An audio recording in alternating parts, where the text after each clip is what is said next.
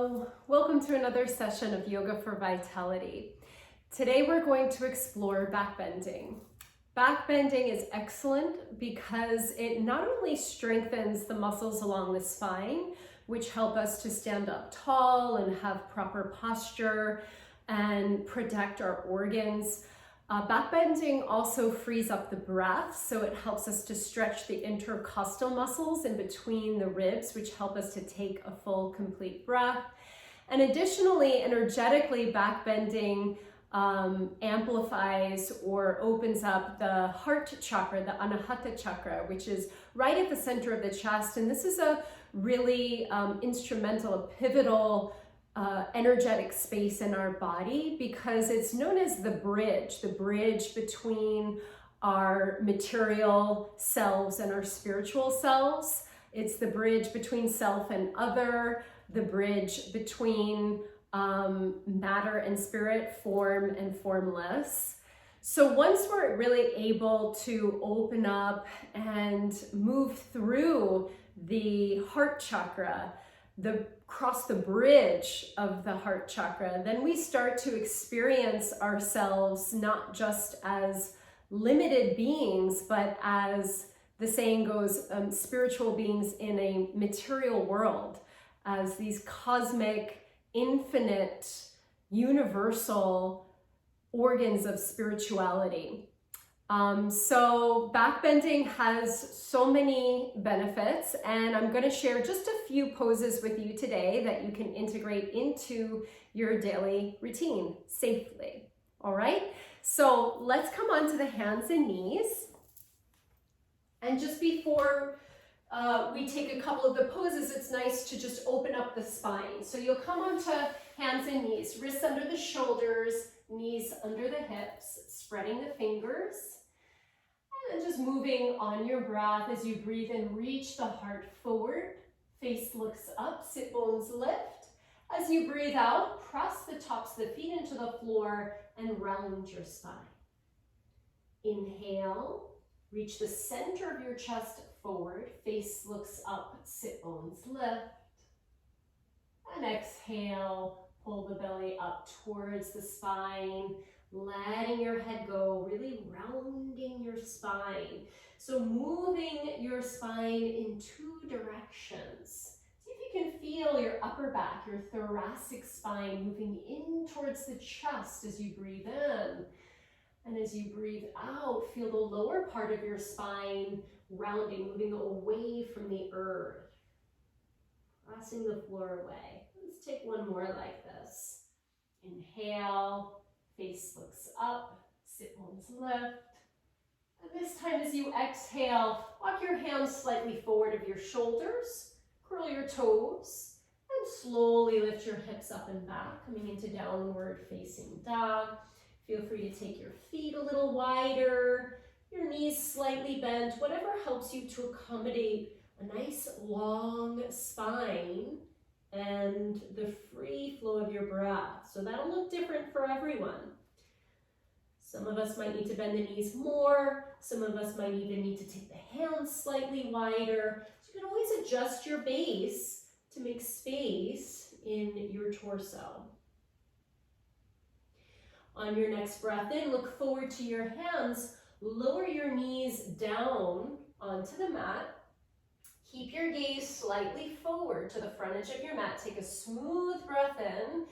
And as you breathe out, just bend your elbows straight back. See if you can keep your spine long and lower down in one unit onto your belly. Usually at the end, it goes pretty fast. So we'll all end up on the belly. Press all 10 toes down into the mat. And then slide your hands on either side of your chest. We're going to start with baby cobra. So pressing the tops of the feet into the floor. Take a breath in and lift your chest, your neck, your head up off the floor. So let your head be the last to lift up. So you're not leading with the head, but you're leading from the upper back. Now we want to keep the tops of the feet pressing down, and as best you can, relax your buttocks. Notice if you're clenching or squeezing the buttocks, we want to keep space in the lower back. And almost feel as if the bottom part of your spine, your tailbone, could lengthen back towards your heels. Keep the back of your neck long and draw your shoulder blades on your upper back. You don't have to press them down, but just feel them aligned there. One more smooth inhale.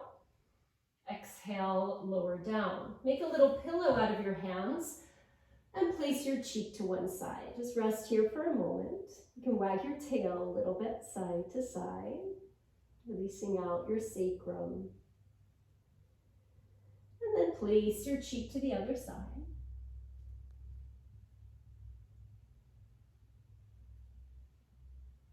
And now coming back to center.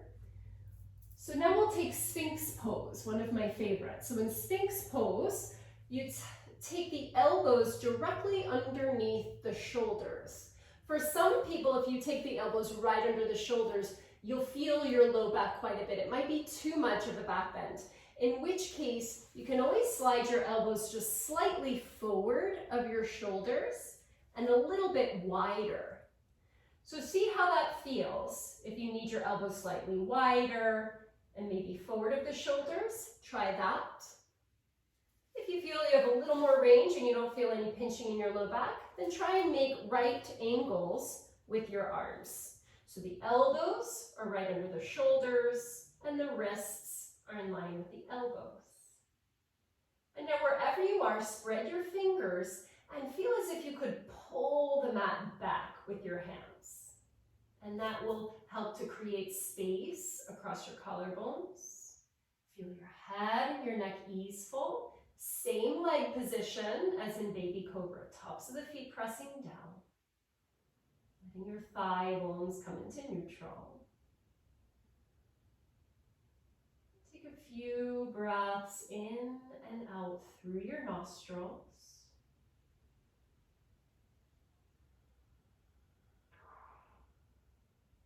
One more inhale. And then exhale, again, slide the elbows out to the side.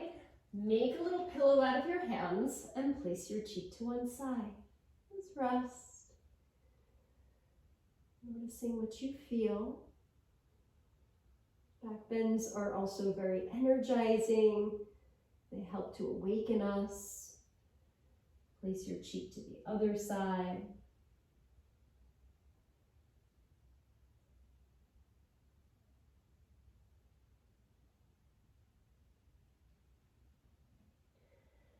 And now once again, bring your forehead into the mat.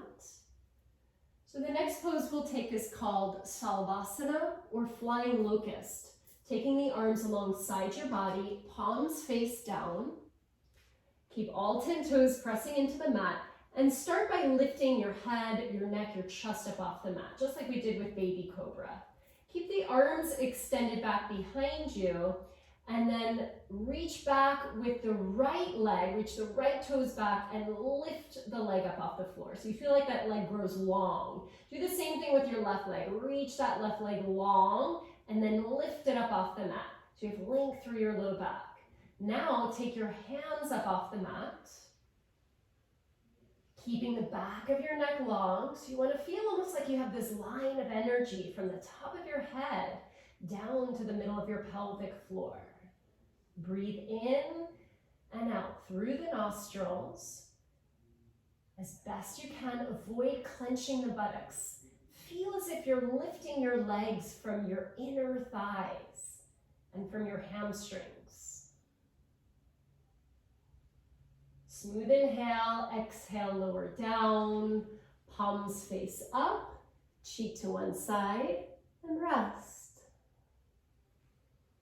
Again, you can wag your tail a little bit, just letting everything release. Notice what you feel. And then place your cheek to the other side.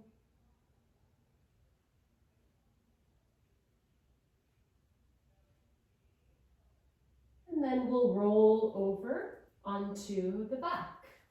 So however you get there, slide on over. And bend your legs. So you can walk your heels in so you almost touch the heels with your fingertips when you bend your legs. Keep your feet about hip distance apart And as best you can, keep all 10 toes pointing forward. Notice if your feet are kind of splaying open, that will also go into your low back. So you want to keep your feet, your legs in neutral as best you can. Okay, so let's bend at the elbows, point the fingertips straight up towards the ceiling, and on your inhale, press your feet down and lift the hips up off the floor. Now extend your arms alongside your body and just kind of nestle the shoulder blades in towards one another. You might hold on to the edges of the mat with your hands. This feels like enough. Stay here. Or some of you might be able to interlace your fingers underneath you and continue to roll the shoulder blades in towards one another. You want to ultimately bring the palms to touch if you can. If you can't, that's okay. Just work towards straightening the wrist. Press into the big toe mound of your feet. Then you'll kind of feel your inner thighs moving down towards the floor. Stay here and breathe in and out. Listen for the sound of the breath at the back of the throat, that whispery-like sound. This is excellent to strengthen the muscles along your spine. It also helps regulate the thyroid gland.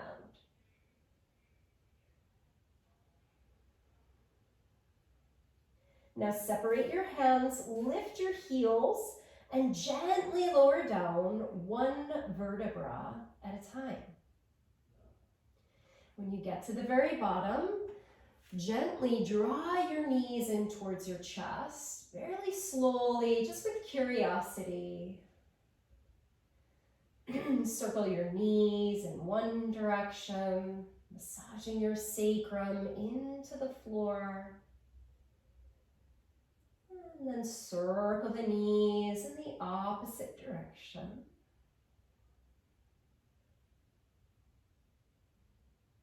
Hugging your knees in maybe a little bit deeper.